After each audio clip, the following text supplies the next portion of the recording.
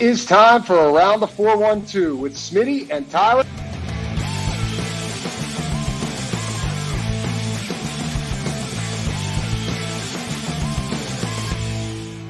Welcome back to another episode of Around the 412. I am Tyler. With me, as always, is my co-host, Smitty. Be sure to follow us on all of our social medias at Around the 412. And while you're listening to the show, go check out the description. We've got a Facebook link for everything custom designs. It's our friend Haley Wagner's small business where she does customized clothing. And recently, she's also done some customized tumblers, cups, mugs, that sort of stuff. You can see Smitty rocking the customized Around the 412 merch over on YouTube right now. If you want to get your own, go check out that Facebook link. Hit up Haley. She can hook you up with the good stuff. Also, go check out Keek's Barbershop. You can download the cut or you can do a walk-in. It is at 401 Burkich Way, Suite 2 in Beaver, Pennsylvania. Our longest sponsor of the show by far. It's above my head over on YouTube as well. If you're watching along, go check out Keek's Barbershop, 401 Burkich Way, Suite 2 in Beaver, Pennsylvania. Speaking of Pennsylvania, we've got a couple of Pennsylvania teams fighting for some playoff spots, and along with a New York team, a Detroit team, and a Virginia team, technically, I think. Maybe they might be in D.C. themselves. I don't know. It's a wild time to be a hockey fan in general, but to be one of those teams fighting for those last couple spots of the playoffs, it's been stressful. And I'm not going to lie, it's been fun too, because I didn't think that we'd be playing meaningful hockey right now. And so it's brought a rejuvenation of life into this season for me. But I got to say, my butt's puckering a little bit more every single time I watch these Penguins these last few games. Their most recent game that they had against Toronto, unfortunate that they lost, but it's great that they got a point. And then the game against Tampa Bay, that was, to me, was the most electric game of the season, bar none. I thought that was a nuts game. The fact that they won in the fashion that they did, and it's brought me happiness and joy to know that not only are the Penguins winning some of these games and have the run that they've been on, but 3 weeks ago we were talking about like doomsday and despair every single time we talked about the Penguins. It was almost like we were talking about the Pirates during the offseason. We don't want to do it, but we kind of have to do it. And the fact that we're able to be in the position that we are, 4 games left of the season, almost in a playoff spot, fighting for their lives, I would much rather take the heartbreak and emotional joyride that this could be on, as opposed to what we were doing 3 weeks ago, talking about nothingness post that Jake Gensel trade.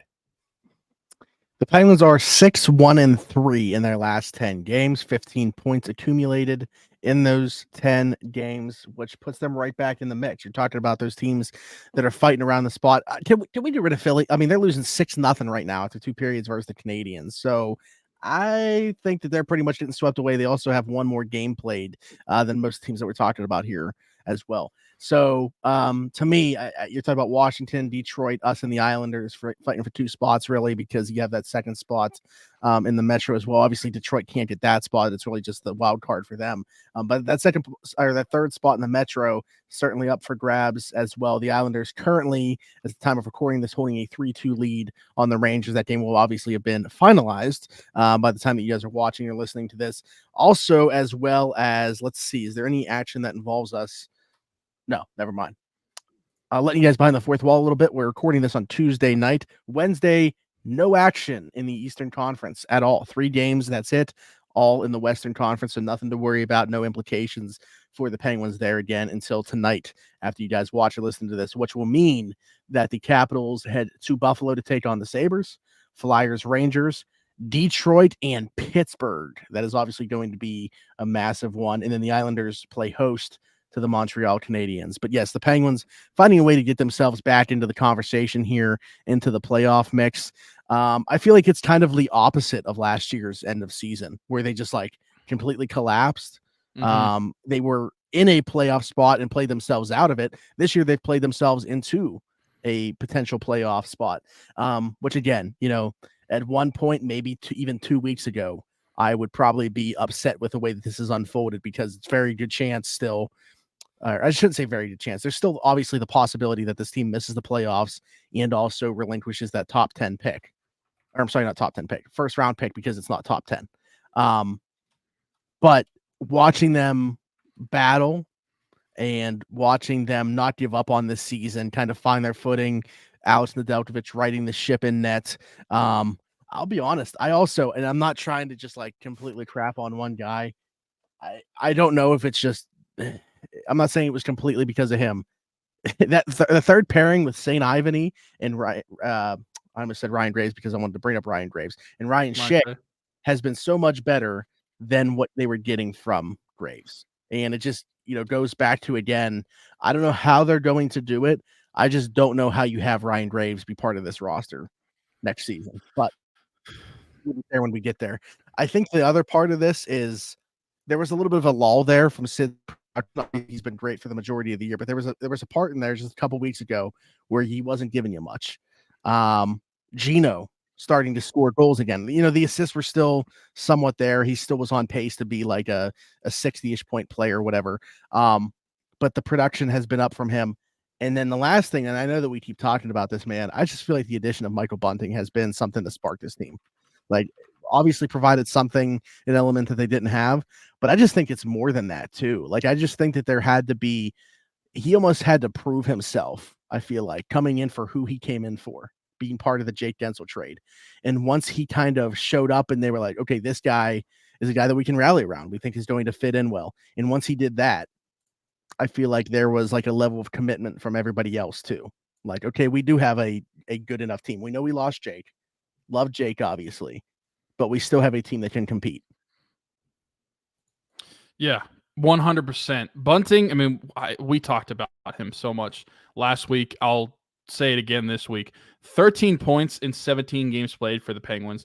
He has been an awesome addition to this team, and I understand that addition comes at the subtraction of Jake Gensel, but Jake Gensel was holding this team back. Let's be honest. No, I'm just kidding.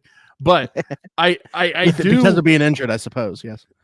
Yeah, I acknowledge that is the case, that we got acquired Bunting because Jake Gensel is now gone. But if you take that out of it, that you lost Jake Gensel, and just look at Michael Bunting and what he's done in his stint with the Penguins so far this season, he's been exceptional. There's no other way around it. He has been one of the guys that is driving offense night in and night out. He's provided a spark in a position that they haven't had, and I don't mean left wing, right wing. I mean getting nasty in front of the net, getting to that dirty area, as the hockey guys like to say. I think that that's something that has been drastically missing. He's improved Malkin line so much since he's been on it. And I said it, I think, last week on our show, that if Michael Bunting had the same scoring pace over an 82-game season, currently he would be fourth on the team in goals and third on the team, only behind Sid and Malkin in points. I think that he has had an outstanding season so far.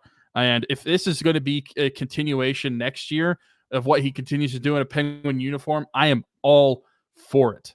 Also, the goal, the celebration, and then that fifth goal in that Tampa Bay game, absolutely electric. I love that stuff. And again, Michael Bunting in front of the net, being in that dirty area and just being in a good scoring, high opportunity area for a chance to get that goal to go ahead and win that game against the Lightning.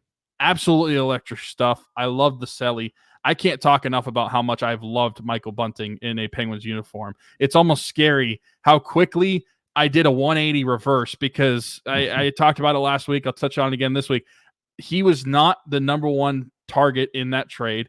At least we thought he wasn't going to be. He was not the main priority in that trade, and we thought that he was just going to be a throwaway piece that is just kind of here going through the motions, like offsetting the salary. Another guy that is offsetting the salary and not really giving you an addition. I was wrong. We were wrong. 100% a great addition for the Penguins. I've loved watching him, and he's been productive, scoring at key moments. He's awesome. He's awesome. I can't speak high enough about Michael Bunting. He gets me so excited to watch him. I mean, that's the thing. It's like, even when this team was struggling, we were saying that he was one of the reasons to tune in and watch. The other guy I wanted to bring up, though, who, he obviously has had a pretty down season. Somehow, I don't know how he did it. Oh, wait, never mind. I was looking at the wrong guy. Never mind. I was going to give bad info on here. I don't want to do that. So in Great real stuff. time, you're seeing in real time, you are seeing me flip course because I wanted to bring up Rickard Rakell, which we still can talk about him. Scored his 14th goal of the season, but I looked at something. I thought he hit 20 for another season, but it was somebody else. I don't know who it was that I was looking at. But anyway, Rickard Rakell scoring last night his 14th goal of the season, and I put out a tweet. I want to get your opinion on what it could do. Obviously, there's only a few games left in the season, but obviously for them to make a playoff push, how much of a difference would it mean if Rickard Rakell found his 2022-2023 form? Oh, it'd be huge. I mean, if you're looking at not just the end of this season, but moving forward, for one, it makes the contract way easier to swallow because that's the main thing that we talked about with Rakell. And he's been injured a lot this season, and that's probably played into how he's played over a season-long stretch. But you got to look at the contract itself. That 6-year deal, it was not looking like it was going to get any better. And for it to be in year 2 where that deal is going to sour itself, it was making us a little nervous and making all Penguins fans a little nervous of how it's going to play out. But if he can get back to that similar production that he had in last season, I think that I would sign up for that completely. I would welcome Rickard Rakell back. Obviously, he's going to be back. He's on a 4-year deal after this year's complete. Right. But that would be actually similar production to what Michael Bunting is currently on pace for. So if you get both of those guys in the mid to low 60 point area and hovering around mid to low 20 goal area, I think every Penguin fan would sign up for that. And I think that the way that they could structure the lines too, now I have no idea what they're going to do moving into next season, for example. But I know the Penguins lines that they've had currently, they've been pretty different than what we've had majority of the season. But if you're going to have a second line of Malkin, Bunting, and Rakell next season, I think that would be really good, especially if Rakell could find form. And maybe Bunting is part of the reason that Rakell has looked like he's found some form lately. I think that maybe Bunting has not only secured more of Malkin's game, but maybe secured more of Rakell's game. It'll be interesting to see what they do with the top line next season. I know they've had Doc up there with Rust and Sid. I wonder if they plan on that being a long-term thing. Don't get me wrong. I love Doc. He's the part of the reason not part of the reason. He is the reason that they were able to scrounge a point out of that Toronto Maple Leafs game. And so it'll be interesting to see what they do with the first line, but that second line, it's been buzzing these last few games, and it's been buzzing for much needed time. I think that we've talked about it at length on this show.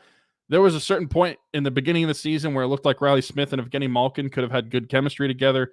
They didn't end up having good chemistry. They split up that line, and both of those guys had struggles. And it wasn't really until a few weeks ago when Bunting showed up that they have found some resurgence from that second line. Rakell has been a part of that in these last couple of games. If they could find the 2022 version for the end of the season into next season, not only does that give me confidence in next season and it makes me feel better about the contract, but it gives me confidence in these next 4 games that are going to be so vital. Again, 2 of the games are against the teams that you're fighting against these playoff spots for, because you're going to need to rely on more than just one line. And they did that so much this season, is rely on just one line to carry you through some of these games. If they get more production from their entire lineup, specifically that second line, that gives me so much more confidence in games against the Islanders and against the Red Wings that are coming up. They have so what I saw was 200 career goals for Rickard Rakell, and I don't know why it registered. It registered for me as 20, and I was surprised. I should have looked at it more because I was thrown off when I saw it. I was like, he has 20 goals this year? No, he has 14 goals this year. But they do have 8 guys with double-digit goals, and then you have 3 more with 9, which actually doesn't sound like that bad of a number. But Riley Smith, 12. I mean, he's a guy that you think would have, prior to the season, I would have said he'll give you 20. Rickard Rakell, he'll give you 20. Drew O'Connor having 14 is nice. Lars Eller having 15 is nice. I would have thought he was a guy probably more in the 8 to 10 range. Sid has 40. I would have thought he would be closer to 30 than 40. Gina still has 25, Russ 26. Bunting obviously has 18, not all 18 with the Penguins, but has certainly come on strong, as we've talked about time and time again on here. So, yeah, I mean, we'll see what happens this last stretch of games, but that's a good point. Looking ahead, how are the lines going to shake out? Once next season does roll around, and honestly, they're playing for right now, so I guess we shouldn't be taking too far of a look ahead. But like, once again, we kind of touched on this last week, but just to reiterate, it's wild that Tristan Jarry found a way to once again give up the net, like right before the playoffs. Like if the Penguins do make the playoffs, found a way to do it yet. And this time from illness. Like it's always, whether it's performance, injury, or illness, there was a bug going around in the locker room. It wasn't just him that missed time, but him missing time handed the keys to Alex Nedeljkovic, and he's just run with it since. Yeah, and I mean, they definitely have shown that they're not going to give it away either, because in back-to-backs, was it last week they had a back-to-back? I don't even know if we talked about that. That they started Nedeljkovic in back-to-back games, and they were the same day, like one day apart. You don't really do that, but I understand why the Penguins did it. Jarry was not available, and they needed the best opportunity to win the game, so that's why Nedeljkovic did it. Yeah, it's unfortunate for Jarry, but we've talked about it a little bit last week too. The way Jarry was playing, sometimes his play was diminishing as of late. So if Nedeljkovic is going to give you the best spot, then maybe this is for the best for the team. I feel bad for Jarry. It's just another circumstance of him getting knocked out of the net before the playoffs. But if that's going to give the Penguins the best opportunity to win the games, then that's something that was going to be needed to happen anyway, like regardless of how I feel about Jarry in that situation. I also want to give, you just mentioned Sid scoring 40 goals, third time in his career that he has been a 40 goal scorer, all of them coincidentally happening 7 years apart from each other. He did it in 2010 the first time, and then 2017, and now 2024.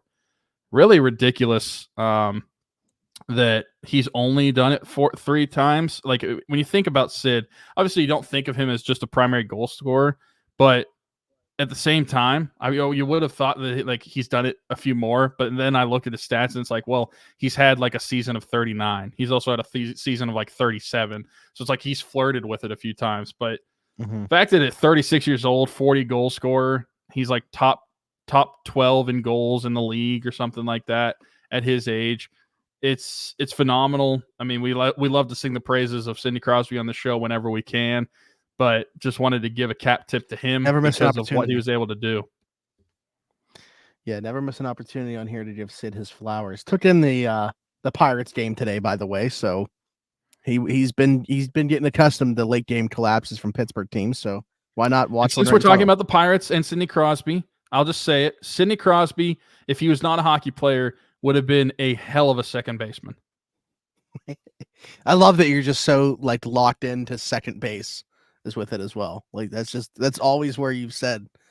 I don't know. I can't tell you why. It's just a vibe that I've always felt about Sidney Crosby. I just feel like he's a second baseman. There you go. And he can hit it into the river. So I mean, what an athlete. One of the best we've seen. Anything else Penguins wise? I don't think so. Just excited to watch this stretch. I want to recap this stretch that's actually coming up. I did it last week. I'll do it again just as a reminder. Upcoming Thursday night. I mean, all of these games are going to be the biggest game of the seasons going into them, but specifically Thursday night against the Red Wings, against the team you are currently tied with in points. That's going to be a huge game on Thursday, which would probably be tonight when a lot of you are listening to this or watching this. Then they also have Boston, which another formidable opponent. It is a Saturday game in Pittsburgh. That's another must win. I mean, all these games are must wins, but it's not going to be easy with the Penguins. And then Monday they play the Predators, and I imagine that we will be talking the day after that game. So 3 games in the next stretch that we're going to be talking about. And then the night after we record, they will play the Islanders on that Wednesday night to close out the 2024 season. We'll see what the stipulations are going into that game. Is it the winner makes it into the playoffs? Will one of these teams already be eliminated or already have clinched their spot? There could be a lot on the line, and I'm really excited for it. Yeah, we might know their fate by the next time that we talk. So we will see. But just take it all in. We've talked about how special of a season this has been for Sidney Crosby, and hopefully there's not only 4 games left of it, but if there is, enjoy every second of it. We don't know how many more we got of these things. So, like, subscribe, hit that notification bell, hit us in the comments. Don't cheat on this because we will know if you comment afterwards. We want to know if you guys think the Pittsburgh Penguins are going to make the playoffs. And I'll ask you the same thing to close this out. Yes, they are. Okay. I do. I feel it in my bones. They're gonna will their way there. I know they got to rely on other people to lose, but I just feel like they're going to get in. Okay. I like it. I have adrenaline in my soul. You're a wrestling fan now, so. Okay, I don't know what that is, but wait, no, that's the Cody Rhodes song. That's the beginning of Cody Rhodes' song Kingdom. That is Cody Rhodes' song. Yeah, I'm a wrestling fan now, by the way, guys. We basically had we weren't recording, but the first 30 minutes of us being on StreamYard together, we were just talking about WrestleMania. So yeah. But anyway, like, subscribe, hit the notification bell, hit us in the comments, 5-star review, and subscribe if you guys listen somewhere else, Apple, Spotify, wherever you get your podcast from. Around the 412 can be found there. Everything Custom Designs in the description. Our friend Haley Wagner's small business. She cooked this up for me, this Around the 412 black design. If you guys are watching on YouTube, if not, and you're just listening to this, it's a black shirt with gold lettering. That is our logo. So I hope that was descriptive enough for you. Pittsburgh Steelers tight end Pat Freiermuth will be rocking this shirt. Also, if you missed the episode last week, we had an exclusive interview with him. Dove into the quarterback stuff a little bit, talked about him working out with Russell Wilson, shared his favorite Big Ben memory, all that stuff and more on that episode. So be sure to check that out. Sorry, Christian, I almost forgot. Keith's Barbershop, right above Tyler, and also scrolling across the bottom ticker. 401 Burkitch Way, Suite 2 in Beaver, PA. Again, Keith's Barbershop, old school barbershop. Download the Cut. Book an appointment with Christian, or you can walk in. Tony, Ashley are there as well and do great work. Again, 401 Burkitch Way, Suite 2 in Beaver, PA. Until next time, for Tyler, for Smitty, this has been the Around the 412 Penguins show, and we'll see you guys next week. Bye-bye.